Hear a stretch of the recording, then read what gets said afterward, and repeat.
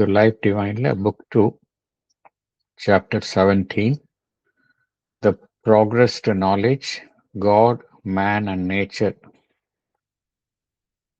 இந்த சாப்டரை பார்த்து கொண்டிருக்கின்றோம். லாஸ்ட் செஷன்ல பேராகிராஃப் 5 பார்த்தோம். இந்த செஷன்ல மேற்கொண்டு தொடரலாம். இப்போ பேராகிராஃப் 6 அதற்குள்ளே செல்லலாம். Chapter 17, The Progress to Knowledge, God, Man and Nature. Paragraph 6. But by the nature of his mentality, by his in-look into himself and his outlook on the world, by his original limitation in both, through sense and body to the relative, the obvious and the apparent, man is obliged to move step by step, and at first obscurely and ignorantly, in this immense evolutionary movement. It is not possible for him to envisage being at first in the completeness of its unity. It presents itself to him through diversity, and his search for knowledge is preoccupied with three principal categories which sum up for him all its diversity: himself, man or individual soul, God, and nature. Explanation. The nature of the human mind is limited. It can have only a sectional view of things. It lacks holistic perception. Man's perception about himself and the world is only partial and limited. The range of his sense, mind, and body is limited to the relative, the obvious, and the apparent, that is, physical world. Because of these limitations, he can progress only step by step, that too obscurely and ignorantly, in the immense evolutionary movement. This is unity behind the diverse manifestations in the world. There is one divine reality, that is, existence, consciousness, bliss, behind the varied appearances. Man cannot at first envisage his being's complete unity with others. His being presents itself to him through diversity. His search for knowledge is preoccupied with three principal categories which represent all the diversity. They are himself, that is, man or individual soul, God, and nature. Thank you, sir. மனிதனுடைய nature எப்படி இருக்கு? இப்ப நம்ம எல்லோரும் எப்படி இருக்கிறோம், நம்மளுடைய mind எப்படி இருக்குன்னு பார்த்தோம் அப்படின்னா, மனிதனுடைய மனம் அதற்கு ஒன்றை குறித்த ஒரு முழுமையான ஒரு புரிதல் மனித மனதுக்கு கிட்டவே கிட்டாது. மனித மனம் அப்படிங்கிற நிலையில இருக்கிற வரைக்கும் இந்த முழுமையான பார்வை என்பது கிட்டாது. ஏன் கிட்டாது அப்படின்னா, நம்ம ஏற்கனவே பார்த்திருக்கோம், மைண்ட் அப்படிங்கிறது எந்த பிரின்சிபிள்ல ஒர்க் பண்ணுது. இப்போ ஃபார் எக்ஸாம்பிள், ஒரு கம்ப்யூட்டர் இருக்கு அப்படின்னா அதுக்கு ஒரு ஆப்ரேட்டிங் சிஸ்டம் இருக்கு. அந்த ஆப்ரேட்டிங் சிஸ்டம் எப்படியோ அப்படிதான் அந்த கம்ப்யூட்டர் ஒர்க் பண்ணும். ஒரு மொபைல் போன்னா ஆண்ட்ராய்டு ஒரு ஆப்ரேட்டிங் சிஸ்டம் இருக்கு. ஆப்பிள்னா ஐஓஎஸ், இதை ஐஓஎஸ்ன்னு சொல்றோம். அது எந்த ஆப்ரேட்டிங் சிஸ்டமோ அப்படிதான் அது அதுக்கு உட்பட்டு தான் அது ஒர்க் பண்ணும். இந்த மைண்ட், நம்மளுடைய மனத்தினுடைய ஆப்ரேட்டிங் சிஸ்டம் எது அப்படின்னா, எல்லாத்தையும் divide and perceive, divide and analyse, அது பிரிச்சு தான் பார்க்கும்.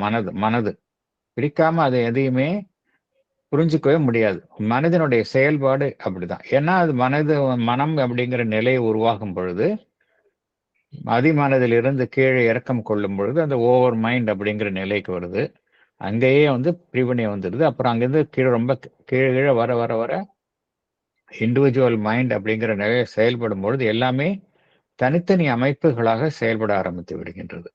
அதனால மைண்டோடைய நேச்சரே மனதனுடைய நேச்சரே பார்த்தோம் அப்படின்னா it is divisive in nature. Divisive in nature என்ன அர்த்தம்? அது அதுக்கு ஒரு எல்லை என்ன இருக்கோ அதுக்குள்ளதான் அதுக்கு பார்க்க தெரியும். ஒரு மனிதன் வந்து பகவான் வந்து 2 விஷயங்களை அங்கே குறிப்பிடுகின்றார்.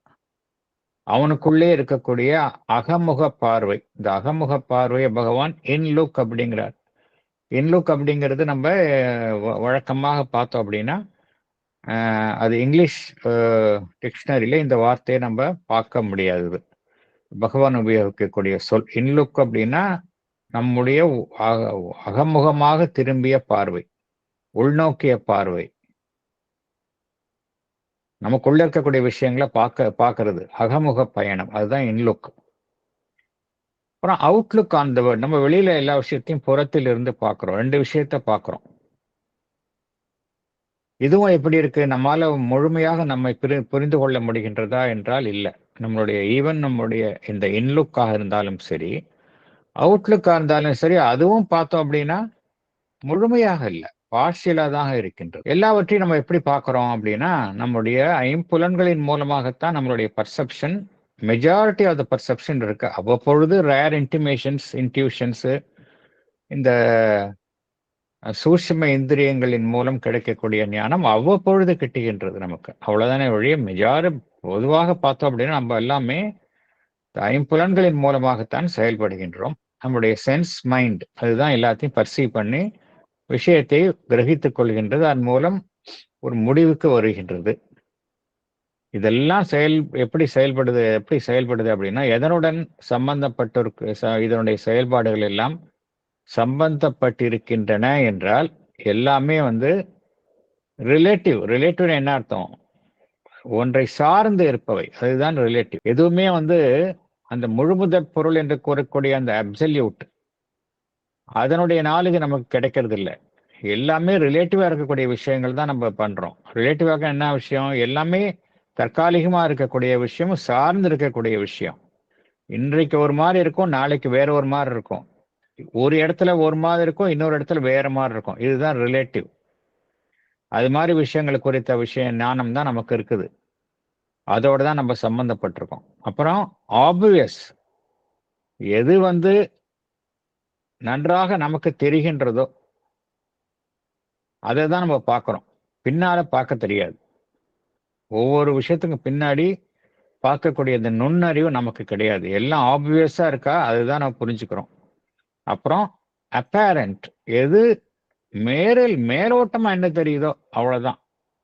சர்ஃபேஸ்ல என்ன தெரியுதோ அதுதான் நம்ம புரிஞ்சுக்கிறோம். இப்படிதான் நம்ம செயல்படுறோம்.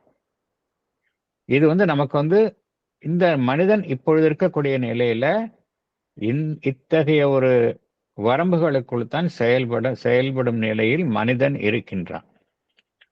அதனால பகவான் என்ன கூறுகின்றார்? மனிதன் வந்து இந்த எவல்யூஷனரி பரிணாமத்துல படிப்படியாகத்தான் முன்னேற முடியும் அப்படிங்கிறார். இது பகவான் வந்து இது ஏதோ குறையாக மனிதன் இப்படிதான் இருப்பான்னு சொல்ல வரல. பரிணாமத்துல இது ஒரு நிலை. இந்த நிலையில மனிதன் வந்து தற்பொழுது இருக்கக்கூடிய நிலையில படிப்படியாகத்தான் அவனால முன்னேற முடியும். அதுவும் பார்த்தோம் அப்படின்னா, ஏன்னா இந்த பரிணாமத்தினுடைய இயக்கம் என்பது எப்படி இருக்கு? ஒரு பிரம்மாண்டமா இருக்கு.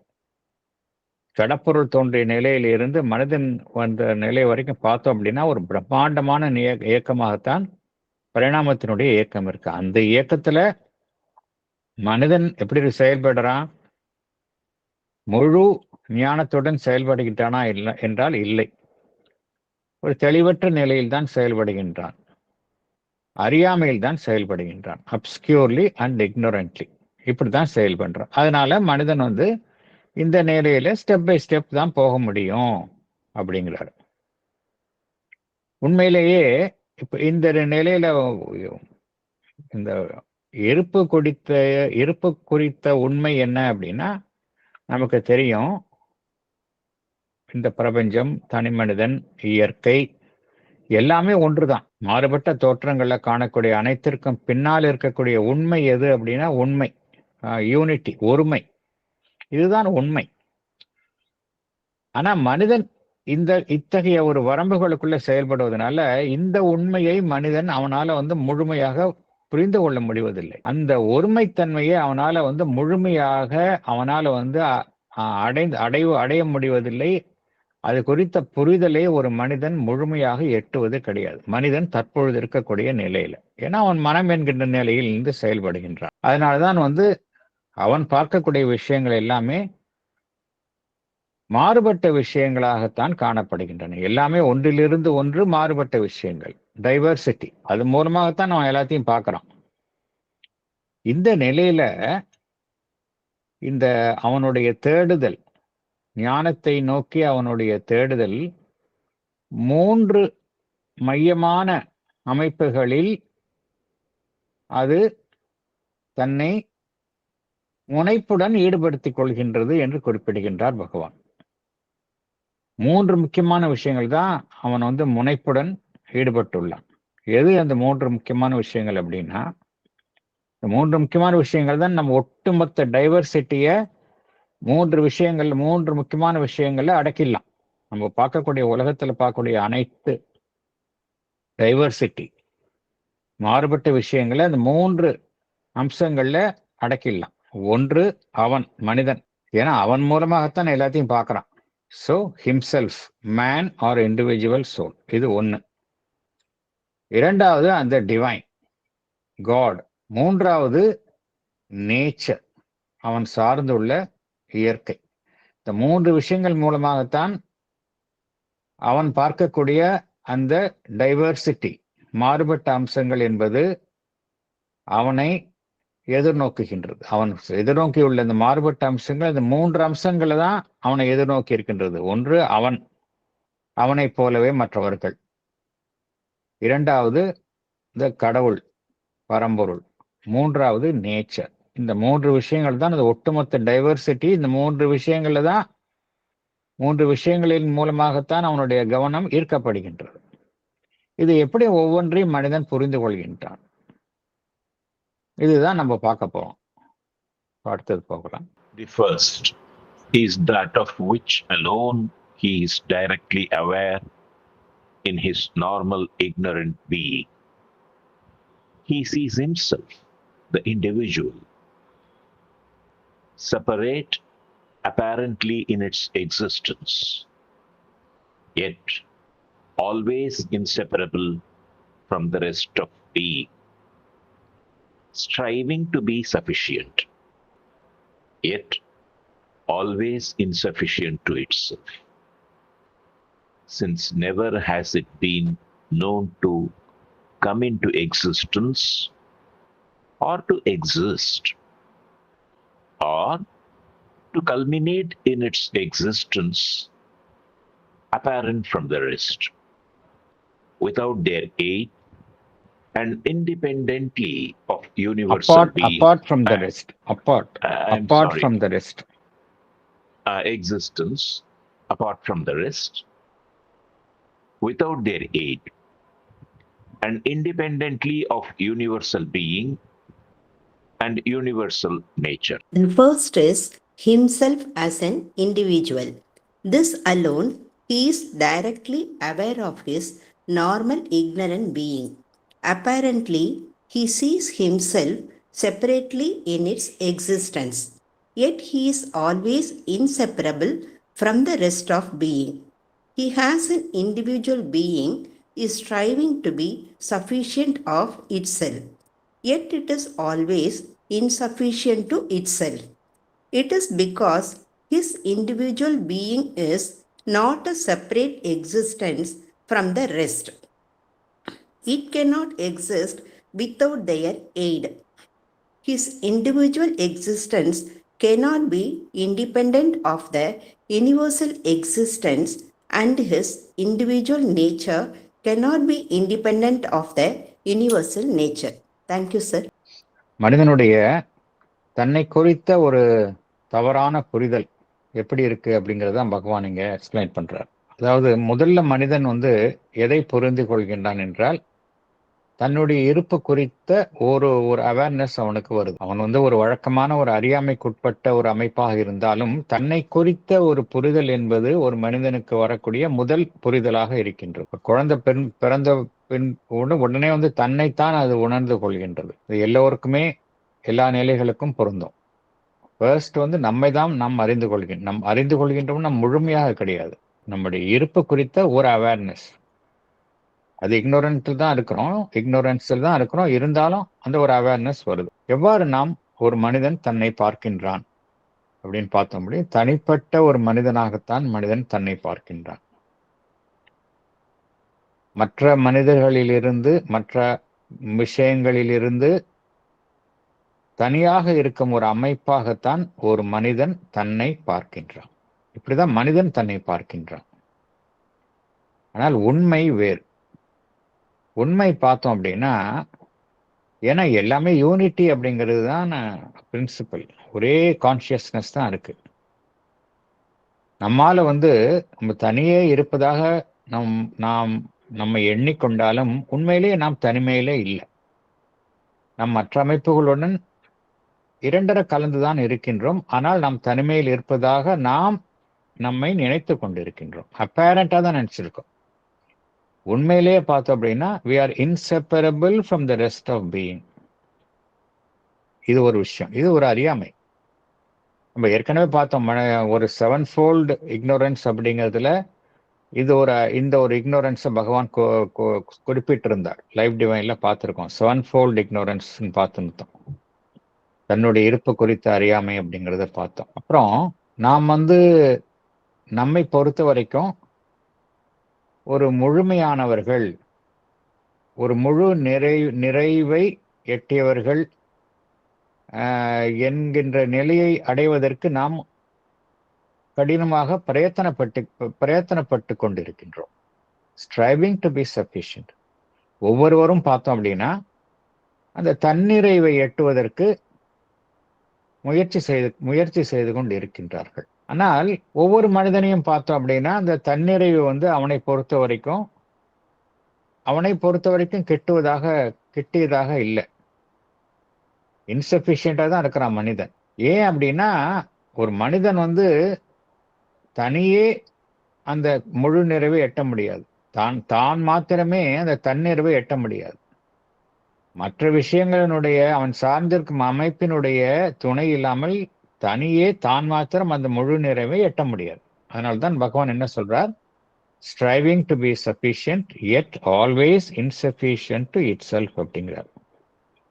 அதற்கான காரணத்தையும் பகவான் விளக்குகின்றார். என்ன காரணம் என்றால், மற்ற விஷயங்களிலிருந்து ஒரு மனிதன் விடுபட்டு தானே இருக்க முடியாது அப்படிங்கிறார். மற்ற விஷயங்கள், அவனை சார்ந்திருக்கும் விஷயங்களில் இருந்து மனிதன் விடுபட்டு தானே இருக்க முடியாது அப்படிங்கிறார். Since never has it been known to come into existence or to exist or to culminate in its existence. அதாவது இட் அப்படின்னு சொல்றது, அந்த பகவான் சொல்றது அவனுடைய இண்டிவிஜுவல் பீயிங், அதைத்தான் சொல்றார். அப்பார்ட் ஃப்ரம் த ரெஸ்ட், அது முடியாது அப்படிங்கிறார். ஏன்னா எல்லாமே இந்த பிரபஞ்சத்துல ஒன்றுடன் ஒன்று கலந்து இருப்பவை. ஒன்று இல்லாமல் ஒன்று இல்லை. இப்ப நம்ம வந்து பிரபஞ்சத்தினுடைய உதவி இல்லாமல் ஒரு தனி மனிதன் இருக்க முடியுமா? முடியவே முடியாது. நம்மளுடைய எல்லாவற்றையும் நம்ம பிரபஞ்சத்திலிருந்து நாம் பெற்றுக்கொள்கின்றோம். ஒவ்வொரு நிலைகளில் இருந்தும் நாம் பெற்றுக்கொள்கின்றோம். அதனால நம்ம தனியா இருக்கவே முடியாது. Without the raid and independent, without the raid அந்த அதனுடைய உதவி இல்லாமல் ஒரு மனிதன் வந்து அவனுடைய இருப்பு வந்து சாத்தியம் இல்லை. அதே போல independently of universal being and universal nature. இந்த இண்டிவிஜுவல் செல்ஃப் என்பது ஒரு நிலை. பிரபஞ்சம் தழுவு இந்த இண்டிவிஜுவல் செல்ஃப் எல்லாம் வந்து எதனுடைய ஒரு அங்கமாக இருக்கின்றது? பிரபஞ்சத்தினுடைய அந்த செல்ஃப், காஸ்மிக் செல்ஃப், அதனுடைய ஒரு அங்கமாகத்தான் இருக்கின்றது. நம்ம அறியாமையில நம்ம நினைச்சிட்டு இருக்கோம் நம்ம தனியா இருக்கிறோம் அப்படின்னு நினைச்சிட்டு இருக்கோம். மேல் புறத்தில் தான் நம்ம தனியா இருக்கிறோம். சர்ஃபேஸ் பீயிங்ல, நம்மளுடைய சப்லிமினல் பீயிங்ல பார்த்தோம் அப்படின்னா அது யூனிவர்சல் மைண்டோட நம்மளுடைய மைண்ட் வந்து இரண்டரை கலந்திருக்கின்றது. யூனிவர்சல் வைட்டலோட நம்மளுடைய வைட்டல் இரண்டரை கலந்திருக்கின்றது. யூனிவர்சல் பிசிக்கலோட நம்மளுடைய சட்டில் பிசிக்கல் இரண்டரை கலந்திருக்கின்றது. தொடர்ந்து இவைகளுக்குள் பரிமாற்றங்கள் நடந்து கொண்டே இருக்கின்றன, பரிவர்த்தனைகள் நடந்து கொண்டே இருக்கின்றன. அதனால யாருமே தனியே இருக்கிறோம்னு சொல்ல முடியாது. பிரபஞ்சத்திலிருந்து நாம் தனியே இருக்கக்கூடிய அமைப்புகள் இல்லை. அவ்வாறு நினைத்து கொண்டிருப்பது நம்மளுடைய அறியாமை, சர்ஃபேஸ்ல நினைச்சிட்டு இருக்கிறோம். அதனால்தான் பகவான் சொல்றார், இந்த பிரபஞ்சத்தினுடைய அந்த யூனிவர்சல் செல்ஃப், யூனிவர்சல் பீயிங், பிரபஞ்சத்தினுடைய நேச்சர், யூனிவர்சல் நேச்சர், அதில் இருந்து நாம் தனியே இருப்பதா நினைத்து கொண்டு இருக்கின்றோம், ஆனால் இருக்க முடியாது அப்படிங்கிறார். இதெல்லாம் மனிதன் தன்னை பற்றி அறிந்து கொண்டிருப்பதில் ஒரு தவறான ஒரு கருத்து. அதுதான் எப்படி ஒரு இக்னோரண்டா மனிதன் இருக்கின்றான் என்பதை பற்றி தான் பகவான் இங்கு கூறுகின்றார். அடுத்தது போகலாம். Secondly, there is that which he knows only indirectly by his mind and bodily senses and its effects upon them, yet must strive always to know more and more completely. For he sees also this rest of being with which he is so closely identified, and yet from which he is so separate. The cosmos, world, nature, other individual existences, whom he perceives as always like himself and yet always unlike. For they are the same in nature, even to the plant and the animal, and yet different in nature. Each seems to go its own way, to be a separate being, and yet each is impelled by the same movement and follows in its own grade the same vast curve of evolution as himself. Yes, madam. Secondly, there is something which he knows only indirectly by his mind and bodily senses and its effect upon them. Yet he must always strive to know more and more of it completely. It is the cosmos, world, nature, other individual existence. He is closely identified with them, and yet he is so separate from them. He perceives them as always like himself and yet always unlike. The plants belong to a common nature and animals belong to a common nature. Yet each plant has a different nature from the other, and each animal has a different nature from the other. Each seems to go its own way to be a separate being, and yet each is impelled by the same evolutionary movement. Each follows in its own grade the same vast curve of evolution as himself. Thank you, sir. இப்ப முதல்ல பார்த்தது மனிதன் தன்னை எவ்வாறு புரிந்து கொண்டுள்ளான் அப்படிங்கிறத பார்த்தோம். அடுத்தது தான் சார்ந்துள்ள இயற்கை, தன்னை சுற்றியுள்ள அந்த இயற்கை, நேச்சர், அதை எவ்வாறு மனிதன் புரிந்து கொண்டுள்ளான், அறிந்து வைத்துள்ளான் அப்படிங்கறத பத்தி தான் பகவான் இங்க சொல்றார். இந்த இயற்கையை தன்னை சுற்றியுள்ள விஷயங்களை மனிதன் எப்படி அறிந்து கொள்கின்றான்? தான் சார்ந்துள்ள உலகம், தன்னை சுற்றி இருக்கக்கூடிய விஷயங்கள், மற்ற மனிதர்கள், இதையெல்லாம் மனிதன் எப்படி அறிந்து கொள்கின்றான் பார்த்தோம் அப்படின்னா, only indirectly by his mind and bodily senses அப்படிங்கிறார். இது ரொம்ப முக்கியமான ஒரு சென்டென்ஸ். ஏன் Bhagavan indirectly by his mind and bodily senses அப்படிங்கிறாரு அப்படின்னா, நம்ம நினைச்சிட்டு இருக்கிறோம் நம்ம நேரடியா ஒரு விஷயத்த பார்த்தா, நான் பார்த்தேன் அந்த விஷயத்த நேரடியா நானே கண்ணால பார்த்தேன் அப்படின்னு சொல்றோம், நானே படிச்சேன் அந்த விஷயத்த அப்படின்னு சொல்றோம். நம்ம நினைச்சிட்டு இருக்கிறோம் நம்ம அடையக்கூடிய ஞானம் எல்லாம் நேரடி ஞானம், அறிவு அப்படின்னு நினைச்சிட்டு இருக்கிறோம். ஆனா பகவான் என்ன சொல்றார், நம்ம புரிஞ்சுக்கிற விஷயம் எல்லாமே மறைமுகமாக நமக்கு கிடைப்பதுதான் அப்படிங்கிறார். நம்மளுடைய மனம், நம்மளுடைய உடல், நம்மளுடைய ஐம்புலன்கள், அதன் மூலமாக கிடைக்கின்றது. அப்புறம் எத்தகைய தாக்கத்தை நமக்கு சுற்றியுள்ள விஷயங்கள் நம்மளுடைய மனதின் மீதும் நம்மளுடைய உடலின் மீதும் ஏற்படுத்துகின்றதோ, எத்தகைய விளைவுகளை ஏற்படுத்துகின்றதோ அதன் மூலமாக அறிந்து கொள்கின்றோம். இதெல்லாமே வந்து இன்டைரக்ட் நாலேஜ் அப்படிங்கிறார். ஏன் இன்டைரக்ட் நாலேஜ் அப்படின்னா, பகவான் வந்து ஏற்கனவே ப்ரீவியஸ் இதுல சொல்லியிருக்கிறார். இன்டைரக்ட் நாலேஜ் வேற, டைரக்ட் நாலேஜ் வேற அப்படின்னு. இன்டைரக்ட் நாலேஜ்னா நமக்கு நாம் அடையக்கூடிய ஞானம், ஐம்புலன்களின் மூலமாக அடைவது எல்லாமே இன்டைரக்ட் நாலேஜ். டைரக்ட் நாலேஜ் அப்படின்னா என்ன அர்த்தம் அப்படின்னா, நாலேஜ் பை ஐடென்டிட்டி. அது வந்து இன்ட்யூஷன் மூலமாக வரக்கூடிய அந்த அந்த நாலேஜ் தான் நம்ம நாலேஜ் பை ஐடென்டிட்டி அப்படிங்கிறோம். நாலேஜ் பை ஐடென்டிட்டி தான் வந்து உயர்ந்த ஒரு உயர்நிலையில் இருக்கக்கூடிய ஞானம். அதுவாக எதை குறித்து நாம் அறிய விரும்புகின்றோமோ அதுவாகவே நாம் மாறி அதை அறிந்து கொள்ளுது. அதுல வந்து அறிந்து கொள்பவருக்கும் அறியப்படும் விஷயத்திற்கும் இடையில வந்து இடைவெளியே இருக்காது. அதுதான் டைரக்ட் நாலேஜ். அது எந்த நிலையில ஒரு கிட்டும் அப்படின்னா, நமக்கு வந்து அந்த கான்சியஸ்னஸ்ல ஒன்னஸ் வந்தாதான் அது கிட்டும். அதிமானச நிலையில தான் ஒருவருக்கு அந்த நாலேஜ் ஆஃப் ஒன்னஸ் கிட்டும் பொழுது அந்த டைரக்ட் நாலேஜ் கிட்டும். மனம் என்கின்ற டிவிசிவா இருக்கிற நிலையில பாக்குறவருக்கு இன்டைரக்ட் நாலேஜ் தான் நம்ம. ஏன்னா எல்லாம் நமக்கு வெளியில பாக்குறோம். நமக்குள்ள இருக்கக்கூடிய விஷயத்த சப்ஜெக்டிவா உணர்வது அப்படிங்கிறது டைரக்ட் நாலேஜ். எனக்கு உள்ள ஒரு கோபம் வருது அப்படின்னா கோபத்தை எனக்குள்ள உணர முடியும், அது டைரக்ட் நாலேஜ். வெளியில இன்னொருத்தருக்கு கோபம் வருது அப்படின்னா அதை நான் பாக்குறேன் அப்படின்னா அது இன்டைரக்ட் நாலேஜா போயிடும். ஏன்னா எனக்குள்ள இருக்கக்கூடிய விஷயத்த நானே உணர்வது போலத்தான் நாலேஜ் பை ஐடென்டிட்டி அப்படிங்கிறது விஷயங்களினுடைய உண்மையை அதனுடன் இரண்டர கலந்து அதுவாகவே மாறி பெற்றுக்கொள்ளுது. அது வந்து ஹையஸ்ட் லெவல் ஆஃப் நாலேஜ். மனிதன் இருக்கக்கூடிய நிலையில இப்பொழுது இன்டைரக்ட் நாலேஜ் தான் இருக்குது அப்படிங்கிறார். நம்ம சுற்றியுள்ள விஷயங்களை எல்லாம் நம்ம இன்டைரக்டா தான் புரிஞ்சுக்கிறோம் அப்படிங்கிறார். இருந்தாலும் நம்ம வந்து மேலும் மேலும் அதை முழுமையாக புரிந்து கொள்வதற்கு முயற்சி செய்து கொண்டிருக்கின்றோம், பிரயத்தனப்பட்டு கொண்டிருக்கின்றோம் அப்படிங்கிறார். அதே சமயம் மனிதன் வந்து அவனை சுற்றி என்ன பார்க்கின்றான்? இந்த பிரபஞ்சத்தை பார்க்கின்றான், உலகத்தை பார்க்கின்றான், இயற்கையை பார்க்கின்றான், மற்ற தனிப்பட்ட அமைப்புகளை பார்க்கின்றான்.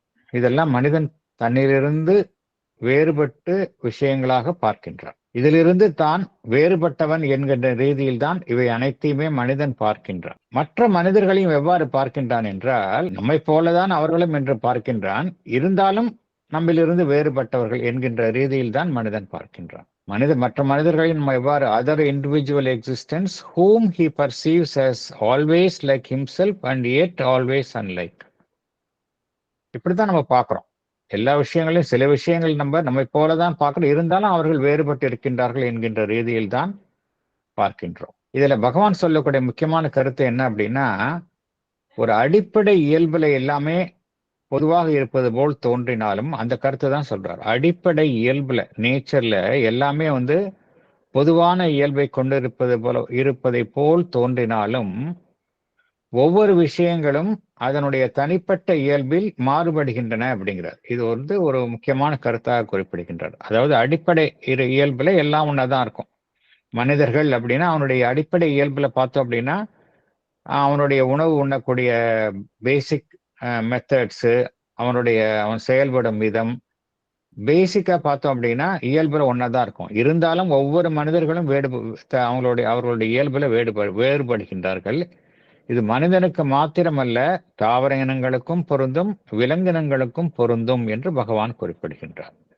எல்லாமே வந்து ஒட்டுமொத்த இயல்புல பொதுவான இயல்பில் ஒன்றாக இருந்தாலும் ஒவ்வொன்றும் தனித்தனியே மாறுபடுகின்றன அப்படிங்கிறார்.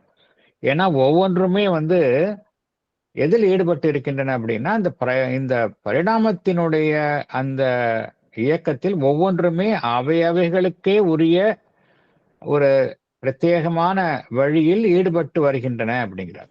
Each seems to go its own way அப்படிங்கிறார். To be a separate being.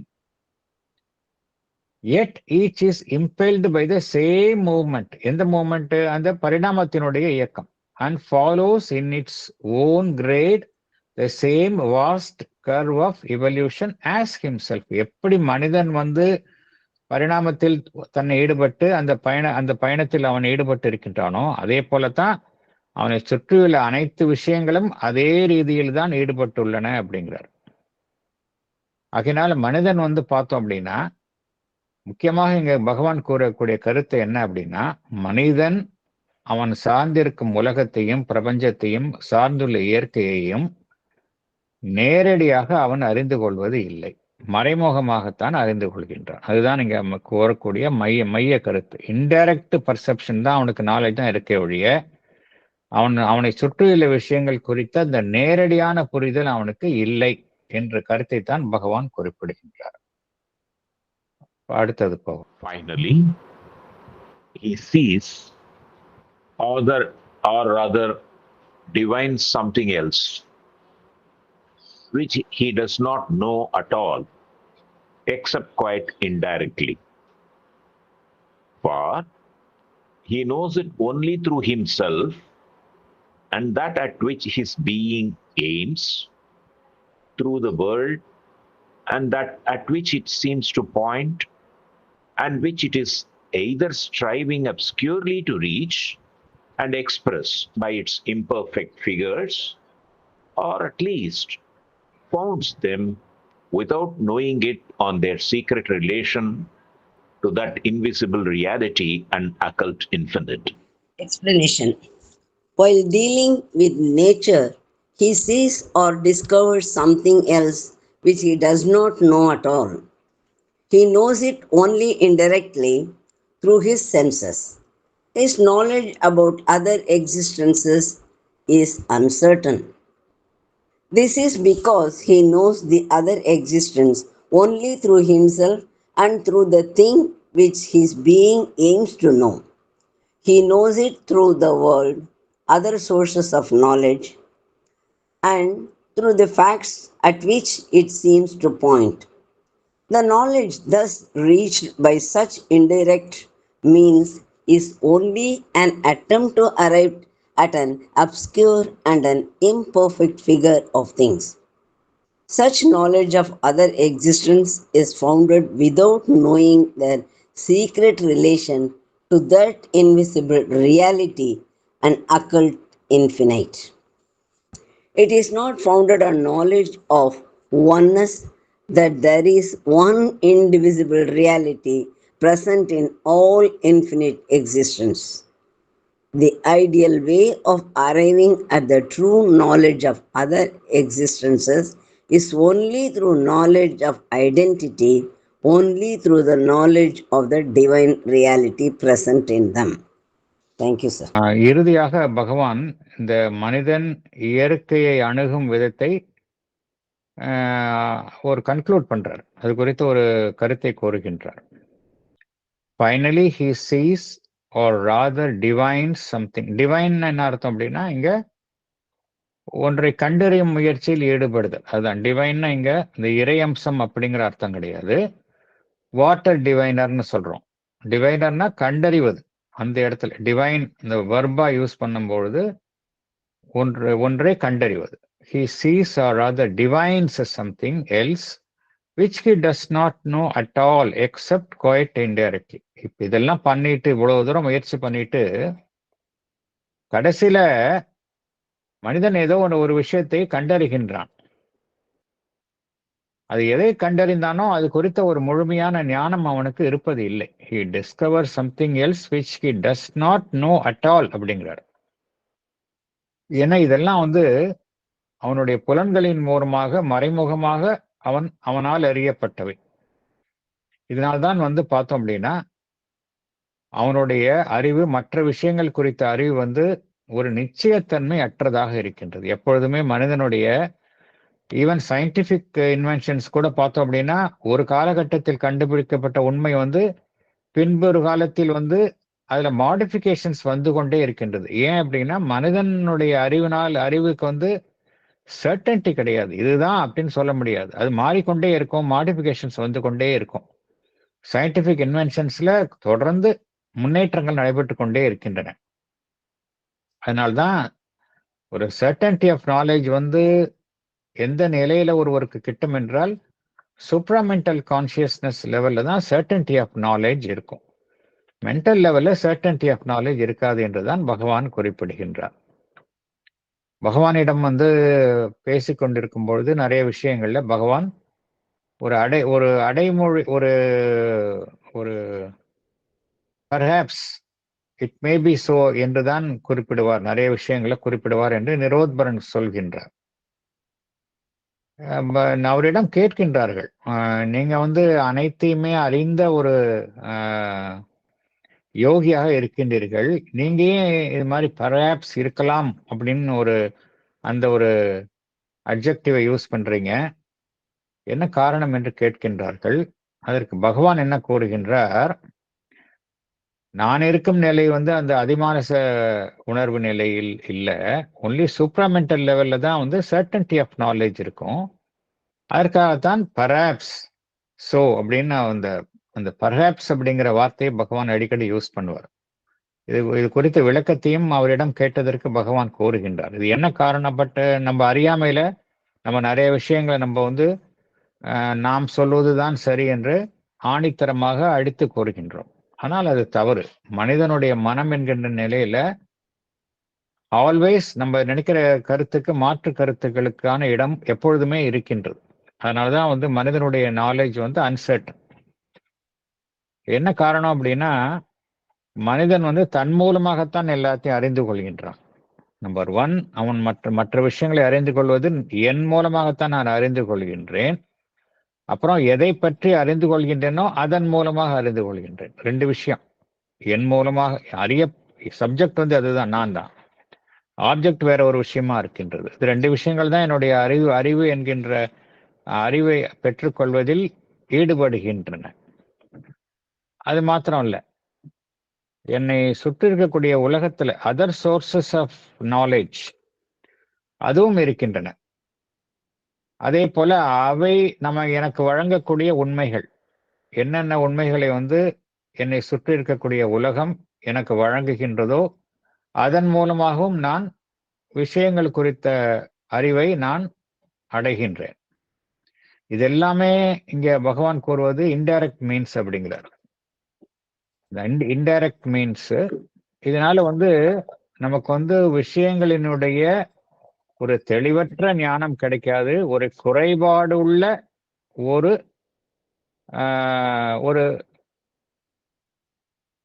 ஒரு அமைப்பைத்தான் நாம் அடைய முடியும் அப்படிங்கிறார். இதெல்லாம் நம்ம தெரிந்து கொண்டாலும் இறுதியில நம்ம அடையக்கூடிய விஷயங்கள் எப்படி இருக்கும் அப்படிங்கிறார் பகவான். ஒரு அப்ஸ்கியூரா இருக்கும் அப்படிங்கிறார். அப்ஸ்கியூர்னா தெளிவற்ற நிலையில இருக்கும். either striving obscurely to reach and express by its imperfect figures அப்படி என்று பகவான் குறிப்பிடுகின்றார். ஆகையினால ஏவன் இத்தகைய முயற்சிகள்லாம் செய்து நம்ம இறுதியில் ஞானம் எட்டினாலும் இந்த நாம் இருக்கக்கூடிய நிலையில எட்டக்கூடிய விஷயங்கள் எல்லாமே ஒரு தெளிவற்ற தன்மையை கொண்டதாகவும் ஒரு முழுமையற்ற தன்மையை கொண்டதாகவும் தான் இருக்கும் என்று பகவான் குறிப்பிடுகின்றார். இதுல என்ன ஒரு தவறை செய்கின்றான் மனிதன், என்ன காரணத்தினால பகவான் இந்த ஒரு அப்ஸ்கியூரிட்டி இருக்கும், ஒரு தெளிவற்ற தன்மை இருக்காது அப்படின்னு கூறுகின்றார் என்றால், இவ்வாறு நாம் பெறக்கூடிய அறிவு எல்லாமே எந்த உண்மையை மறந்துவிட்டு அமைக்கப்பட்டுள்ளன அப்படின்னா, எல்லாமே பார்த்தோம் அப்படின்னா அதற்கு எல்லாத்துக்கும் பின்னால அதற்குள்ள மறைந்துள்ள அந்த இறைமைமை என்பது அனைத்திற்கும் பின்னால் இருக்கின்றது. அனைத்திற்கும் நம்மால காண முடியாமல் அனைத்திற்கும் பின்னால் ஒரு இறைமைமை இருக்கின்றது. அந்த எல்லையற்ற பரம்பொருள் அனைத்திற்கும் பின்னாலே இருக்கின்றது. அதை அறிந்து கொள்வதன் அதை முதல்ல அறிந்து கொள்ளாமல் அது குறித்த ஞானம் ஒருவருக்கு கிட்டும் என்றால் மற்றவைகள் எல்லாம் அறிந்து கொள்ளலாம். இதைத்தான் when that is known all is known என்கின்ற அந்த உபநிடத வாக்கியங்கள்ல இதைதான் குறிப்பிடுகின்றது. when that is known all is known, ஏன்னா அனைத்துமே அந்த பிரம்மன் தான் இருக்கின்றது. அதனால்தான் இங்க பகவான் குறிப்பிடுகின்றார், ஒவ்வொன்றுக்கும் பார்த்தோம் அப்படின்னா நம்ம பார்க்கக்கூடிய எல்லா விஷயங்களுமே அதற்கு பின்னால வந்து ஒரு டிவைன் ரியாலிட்டி இருக்கு. அந்த மெய்ப்பொருள் தான் அனைத்திற்குமே பின்னாடி இருக்கின்றது. அந்த உண்மையை ஒருவர் அறிந்து கொள்ளாமல் நம்ம மேற்புறமா ஒரு விஷயங்களை பார்க்கிறோம் அப்படிங்கிற எல்லாமே ஒரே மெய்ப்பொருளினுடைய பன்முக வடிவங்கள் தான் என்கின்ற உண்மையை நாம் அறிந்து கொள்ளாம விஷயங்களை நம்ம மேற்புறத்துல பார்ப்பதனால நம்மால அதனுடைய உண்மைத்தன்மையை அடைய முடிவதில்லை அப்படிங்கிறார். இது எப்படி அறிந்து கொள்வது அப்படின்னா, அந்த நாலேஜ் ஆஃப் ஒன்னஸ் டிவிசிவ் ஸ்டேட்ல இல்லாம நம்ம வந்து அந்த கான்சியஸ்னஸ் வந்து அந்த நாலேஜ் ஆஃப் ஒன்னஸ் அந்த நிலையிலிருந்து எல்லாத்தையும் பார்க்கும் பொழுது நமக்கு இந்த குறை வந்து இருக்காது. மனம் என்கின்ற நிலையில செயல்படுற வரைக்கும் இந்த குறை இருக்கத்தான் செய்யும். அதனால இங்க பகவான் வந்து என்ன குறிப்பிடுகின்றார் என்றால், இதெல்லாம் நம்ம வெளியிலேருந்து நம்ம விஷயங்களை வந்து நம்மின் மூலமா அறிந்து கொள்கின்றோம். நாம் சார்ந்துள்ள உலகங்களின் மூலமாக அறிந்து கொள்கின்றோம். எல்லாமே வந்து இன்டைரக்ட் நாலேஜ் தான். வந்து உள்ள இருக்கக்கூடிய அந்த இறைமைமையினுடைய அது குறித்த உண்மையை அறியாமல் அதற்கும் நாம் காணக்கூடிய விஷயங்களுக்கும் இடையிலுள்ள அந்த தொடர்பை அறிந்து கொள்ளாமல் விஷயங்களை நம்ம மேற்புறமா பார்ப்பதின் மூலமோ காண்பதின் மூலமாகவோ உண்மையான அவை குறித்த ஞானத்தை ஒருவர் அடைய முடியாது என்கின்ற அடிப்படை கருத்தை தான் குறிப்பிடுகின்றார். ஸோ தன்னை பற்றி அறிந்து கொள்ளுதல், மனிதன் இயற்கையை பற்றி அறிந்து கொள்ளுதல், இதுல மனிதனுக்கு இந்த அளவுக்கு தான் நாலேஜ் இருக்கு அப்படிங்கிறார். அடுத்தது வந்து பரம்பொருள் குறித்த ஞானம் பற்றி பகவான் குறிப்பிடுகின்றார். அதை அடுத்த செஷன்ல பார்க்கலாம். Yes madam. இதே கருத்தை தான் வந்து நம்ம வந்து கட்டோபனிஷத்துலையும் பிரகதாரண்ய உபநிஷத்துலையும் பார்க்க முடியுது. நச்சிகேதன் போய் யமதர்மன் ராஜாவுடைய வாசல்ல 3 நாள் இருக்கிறதுனால அவர் வந்து பல வரங்களை கொடுத்தாலும் அவன் கேட்கறது என்னன்னு சொன்னா, எதை அறிந்து கொண்டால் அனைத்தையும் அறிந்ததாகுமோ அனைத்தையும் பெற்றதாகுமோ அதை எனக்கு வழங்கும், இதெல்லாம் எனக்கு வேண்டான்னு அவன் கேட்கறான். அதே மாதிரி பிருகதாரண்ய உபநிஷத்துலையும் யாக்ஞவல்கியருடைய மனைவி அவர் வந்து தன்னுடைய செல்வத்தை எல்லாம் 2 மனைவிக்கும் பிரிச்சு கொடுக்கும் பொழுது, இது எல்லாத்தையும் உங்களுக்கு கொடுக்கிறேன், நான் போகிறேன் அப்படின்னு சொல்லும் பொழுது அந்த 2வது மனைவியானவள் கேட்கிறா, இதெல்லாம் விட்டுட்டு நீங்க போற அளவுக்கு ஏதோ ஒரு உயர்ந்தது ஒன்று இருக்குன்னு சொன்னா, அந்த உயர்ந்த ஒன்றை எனக்கும் கிடைப்பதற்கு நீங்கள் வழி செய்யுங்கள், நானும் உங்களுடைய வரேன்னு சொல்லிடுறேன். அதனால இது வந்து பகவான் கூடியிருக்கிற கருத்து அங்க உபநிஷத்துலயும் அங்கிருந்தும் இதையும் நம்ம பார்க்க முடியாதுன்னு சொல்ல வந்தேன். நிச்சயமாக நிச்சயமாக நிச்சயமாக நிச்சயமாக. Thank you thank you. ரங்கராஜன் சார். சொல்லுங்க சார். இப்போ மேடம் வந்து ரொம்ப அழகா பாயிண்ட் அவுட் பண்ணாங்க. அவர் commentaries on the mother's ministry அப்படிங்கிறதுல இதே கருத்தை வந்து வேற எம்பி பண்டிட்ஜி வந்து மதர் சொல்றாங்கன்னு சொல்றாங்க. We can trace this progression in the significance mother gives to the words of her mantra. For her, the first word Om is a call on imploring to the divine to reveal himself. The second word Namo is a submission in the entire service. The third Bhagavate is a means of total identification with the divine Lord. ஓம் நமோ பகவதி அப்படின்னு சொன்னாலே எல்லாம் தெரிஞ்சு போயிடும்னு அவர் சொல்றார் sir, அவர் mothers மினிஸ்ட்ரியில. MP Pandit. ஓ S, நல்ல point sir அது. Yes madam. நமஸ்காரம் sir.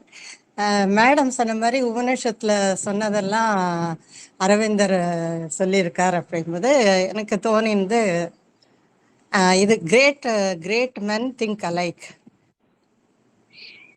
அப்படின்னு. Maybe I am right or what I felt I just shared. நிச்சயமா அது கிரேட் மேன் திங்க் லைக் அப்படிங்கறத விட எஸ் நீங்க சொல்றது கரெக்ட். அதை விட பார்த்தோம் அப்படின்னா பகவானுடைய கான்சியஸ்னஸ் வந்து டிவைன் கான்சியஸ்னஸோட ஒன்றுபட்டு இருக்குது. அதுதான் மெயின், அதுதான் காரணம் இருக்கு. அதாவது ஹையஸ்ட் லெவல் ஆஃப் கான்சியஸ்னஸ்ல பகவான் இருக்கிறதுனாலதான் நேச்சுரலா நீங்க சொன்ன ஒரு ஒட்டிய கருத்துக்களை சொல்றேன்.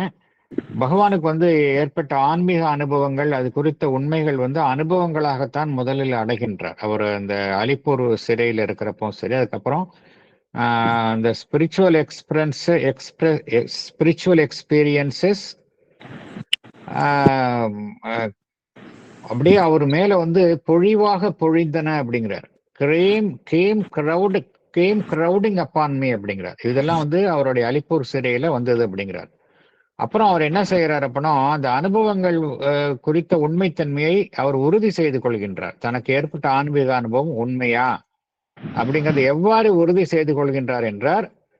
பின்பு வேதங்களையும் உபநிடதங்களையும் படித்து நான் எனக்கு ஏற்பட்ட அனுபவங்களை உறுதி செய்து கொண்டேன் அப்படிங்கிறார். ஆகையினால் அவர் வந்து பகவானுக்கு ஏற்பட்ட அந்த ஞானம் வந்து நேரடி ஞானம்.